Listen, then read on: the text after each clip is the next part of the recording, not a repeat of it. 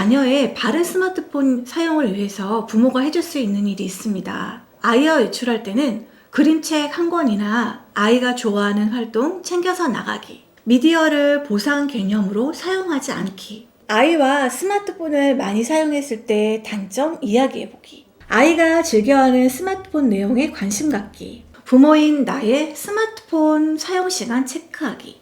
아이와 대화할 때는 반드시 스마트폰을 내려놓고 아이의 눈을 보고 대화를 하거나 식사 시간만큼은 스마트폰을 보지 않는 등 적절하게 사용하는 모습을 아이에게 모범으로 보여주세요.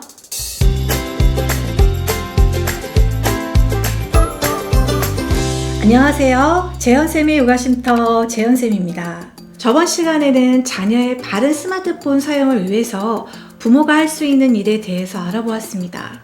오늘은 자녀의 바른 스마트폰 사용을 위한 방법에 대해서 알아보겠습니다. 네 번째, 자녀가 스마트폰을 바르게 사용하는 방법. 사용 계약서를 작성하며 규칙 정하기. 스마트폰을 사용하거나 스마트폰을 아이에게 사줘야만 하는 상황이라면 사주기 전에 스마트폰 사용 계약서를 작성해 보면 좋습니다. 잘 지킬 수 있을 때까지 임시로 하는 계약이라고 말해주고 스마트폰을 구입하기 전에 아이와 계약서를 작성해 보세요. 스마트폰 사용과 관련된 규칙을 만들어 보는 겁니다. 이런 계약서는 유아기 때부터 초등학생까지 사용 가능합니다.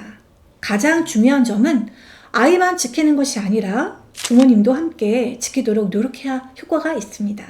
사용 계약서를 작성해서 휴대폰 시작 화면이나 집의 냉장고처럼 보기 좋은 장소에 붙여서 크게 표시해 놓고 잘 볼 수 있도록 해주세요. 부모가 계약서 내용의 큰 틀은 가지고 가지만 아이와 대화를 통해 아이 스스로가 정하도록 해주는 게 핵심인데요. 아이가 스스로 만든 규칙은 더 잘 지킬 수 있기 때문입니다. 또 사용 계약서는 가족이 모두 합의한 내용으로 한 달에 한 번 날짜를 정해서 돌아보는 시간을 가져보세요. 계약 내용이 잘 지켜졌다면 보상을 하고 규칙을 어겼을 때는 책임을 지도록 명시합니다. 규칙을 어겼을 때 벌을 정할 때 스마트폰을 못하게 하는 벌이라면 못하게 하는 시간을 너무 길게 하지 않게 하도록 유의합니다. 벌칙이 가하면 아이의 반감만 불러올 뿐 통제력과 조절력은 배울 수 없으니까요. 규칙의 내용은 다음과 같습니다. 첫 번째, 스마트폰 사용 금지 구역을 정하기. 금지 구역을 정해서 그 장소에 갈 때는 스마트폰을 정해진 자리에 놓고 가도록 해줍니다.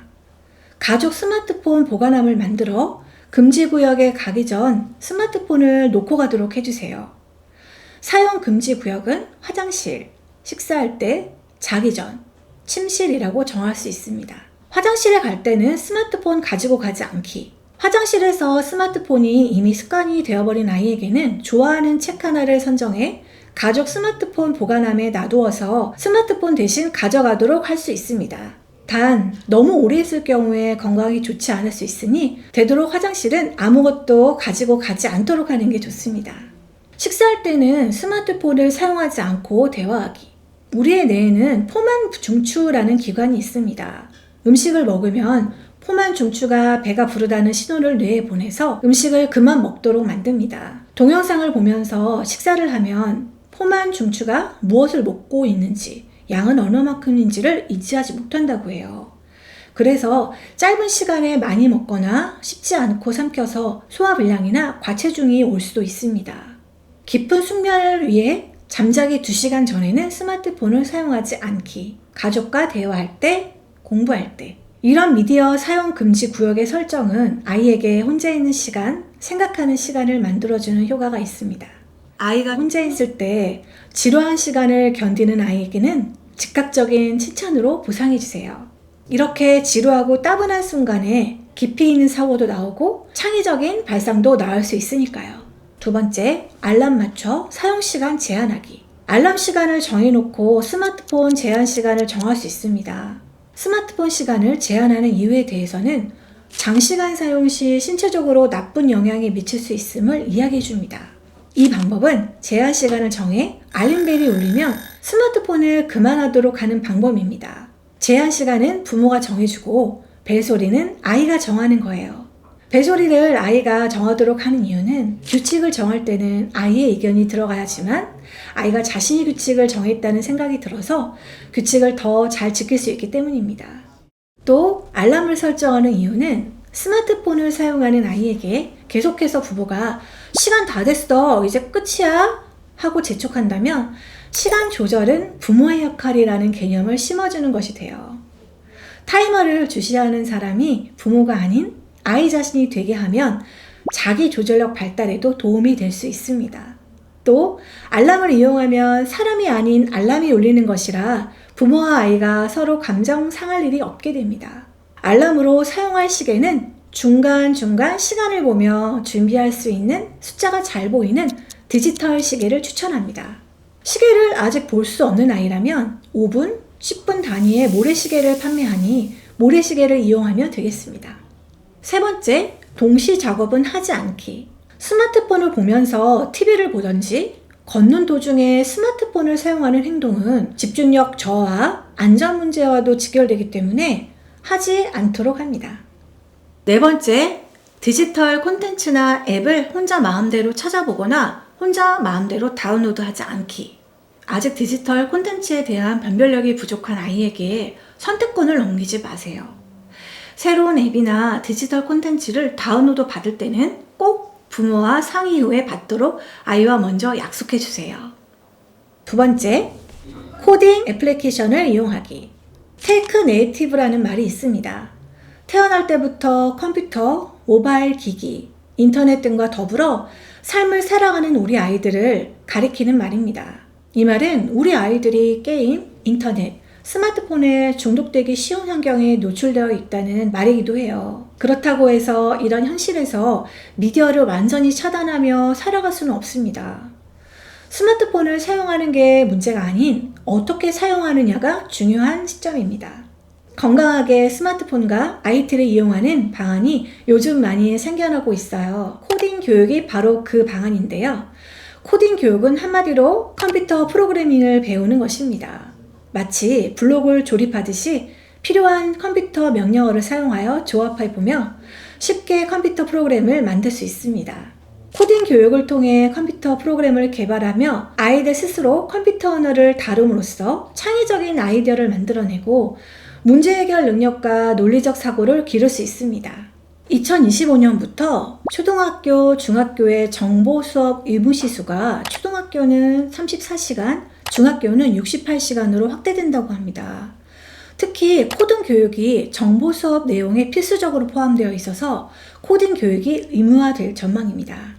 이에 발맞춰 아이의 관심사에 맞게 해보는 코딩 교육도 추천합니다. 교육부가 17개 시도 교육청 한국과학창의재단과 함께 운영하고 있는 디지털 새싹 캠프에서는 프로젝트 기반 코딩 협력 학습 등 다양한 디지털 체험 교육을 무료로 실시하고 있다고 합니다. 2월 말까지 진행 예정이라고 하니까 신청해서 참여해보는 것도 좋을 것 같습니다. 네이버 초록창에 디지털 새싹 캠프라고 검색하시면 해당 홈페이지가 바로 나오니까요. 참고해주세요. 또한 아이의 스마트폰에 모바일 펜스 애플리케이션을 설치해서 자녀의 사용 시간 등을 알아보고 제한할 수 있습니다. 모바일 펜스 애플리케이션은 스마트 기기 사용을 관리, 모니터링하는 소프트웨어입니다. 스팸 번호라든지 유해한 어플, 웹사이트 차단, 시간 제한 설정, 게임 시간 제한 설정 등 유효한 기능들이 많이 있습니다. 또 아이의 이용 성향을 통해서 어떤 앱을 많이 사용하고 있는지, 얼마의 시간 동안 사용하는지를 알 수 있는 유용한 기능이 많이 있습니다. 세 번째, 스마트폰을 대신할 수 있는 활동과 취미 찾아주기. 스마트폰에 빠진 아이에게 대신할 수 있는 놀이와 아이가 좋아하는 취미를 찾아주었을 때 스마트폰을 점차 찾지 않는다는 사실을 알고 계시나요? 몇 해 전 우리 반에도 스마트폰을 너무 많이 좋아하는 아이가 있었습니다. 아이는 제게 자기가 어제 본 유튜브의 콘텐츠도 얘기해주고 항상 스마트폰에 관련된 얘기를 했었어요. 어머님은 제게 아이가 스마트폰만 하고 너무 스마트폰에 집착해서 고민이라고 하셨습니다. 그래서 제가 조언드리기를 아이가 평소에 좋아하는 활동이 블록 활동이니까 다양한 블록으로 하는 놀이를 한번 같이 찾아보자고 어머님께 말씀드렸었습니다. 그 후 들은 얘기는 아이가 레고나 다양한 조작 활동을 하면서 스마트폰을 좀 덜 찾게 되었다고 하셨습니다. 스마트폰은 못하게 하는 것이 아닌 다른 놀이를 할 거리를 충분히 쥐어주는 것이 최선의 방법이라고 생각합니다. 아이들은 심심한 것을 아주 싫어해요. 심심하면 더욱 스마트폰을 찾게 되니까 오감을 자극하는 여러 가지 활동이나 신체 활동을 많이 할 수 있도록 부모는 적극적으로 유도해 주셔야 합니다. 오감을 발달시키는 놀이로는 다양한 미술활동과 요리활동이 있습니다. 미술활동은 다이소에서 찾아보면 다양하고 비교적 저렴한 재료들이 다양하게 있어요. 아이가 원하는 재료를 구입해서 활동해 보시면 좋겠습니다. 또 요리활동은 부모가 요리를 준비할 때 재료를 씻기, 빵칼로 야채 잘라보기 등과 같이 아주 작은 것이라도 아이를 주방으로 초대해서 같이 해주시면 아이들이 참 좋아합니다. 스마트폰 대신 무언가를 아이에게 해주려고 하면 마음의 부담감이 올 수도 있습니다.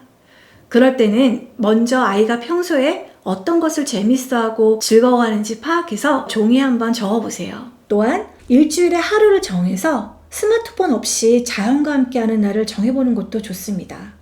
예를 들면 수요일 저녁에는 가족이 다 함께 동네 산책로를 걷는 날로 정해서 그날은 스마트폰 없이 아이들의 에너지를 건강하게 발산해 주는 것도 좋겠습니다. 그리고 아이가 할 수 있는 활동을 취미로 자주 할 수 있도록 지원해 주세요. 제 친구의 아이는 축구를 배우고 싶어 해서 축구를 하게 해주었더니 스마트폰에 대한 관심을 덜 가졌다고 합니다. 또 스마트폰 게임을 대신할 수 있는 보드게임도 좋습니다.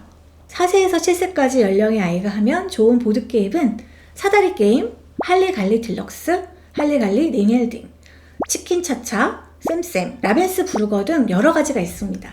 보드게임은 2인용, 4인용, 단체용 등 형식도 다양하고 컴퓨터 게임만큼 재미있습니다. 실제로 이 보드게임들은 유치원 현장에서 아이들이 너무 좋아했던 보드게임입니다. 아이들이 한 가지 보드게임을 시작하면 꽤 오랫동안 자리에 앉아 집중하며 게임을 즐겼습니다. 보드게임은 다양한 규칙을 배울 수 있고 전략도 세우며 이기고 지는 것을 받아들일 수 있는 자기 조절력도 키워주는 훌륭한 놀이입니다. 실제로 보드게임을 하면 숫자와 모양 인식, 문자 인식과 읽기에 크게 도움이 된다고 하니까 보드게임을 해보시길 추천드립니다.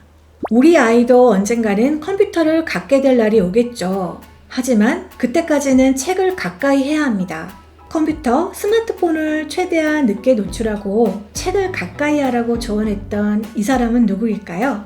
바로 현재 전 세계 PC 운영체제 시장의 무려 74.28%를 점유하고 있는 윈도우의 개발사이자 마이크로소프트의 창업주 빌 게이츠의 말입니다. 빌 게이츠는 자신의 자녀들에게 컴퓨터나 인터넷 사용을 10살 전까지 허용하지 않았다고 합니다. 또 10살 이후에도 월요일부터 금요일까지는 45분, 주말에는 1시간만 사용하도록 하는 매우 제한적인 조건에서 허용했다고 해요. 그리고 옛날 사람들의 전통적인 방법으로 교육을 하는 실리콘밸리에 위치한 페닌슐라 발도르프 학교에서는 노트북이 아닌 종이 노트에 연필로 공부를 하고 채소를 가꾸며 그림을 그리고 생활합니다. 그런데 이 학교의 대부분이 실리콘밸리의 대기업인 애플, 야후, 구글, 마이크로소프트, 페이스북의 임원들의 자녀라고 합니다. 빌 게이츠와 유명 IT 간부인 이들이 IT를 다루는 학교에 아이들을 보내지 않고 이렇게 전통적인 교육을 고수하는 학교에 보낸 이유는 IT 기기가 아이들의 두뇌 개발에 그다지 긍정적이지 않다는 것을 잘 알고 있기 때문은 아니었을까요? IT 기기에 대해 누구보다도 잘 알고 있던 사람들이 이렇게 자녀들에게 IT 사용을 제한하고 노출 시기를 늦추려는 노력을 했다는 점이 오늘 스마트폰 사용에 대해 고민하는 부모들에게 중요한 점을 시사하고 있다는 생각이 듭니다. 오늘 준비한 영상은 여기까지입니다. 오늘도 육아하시느라 고생 많으셨습니다. 다음 쉼터에서 만나요. 안녕!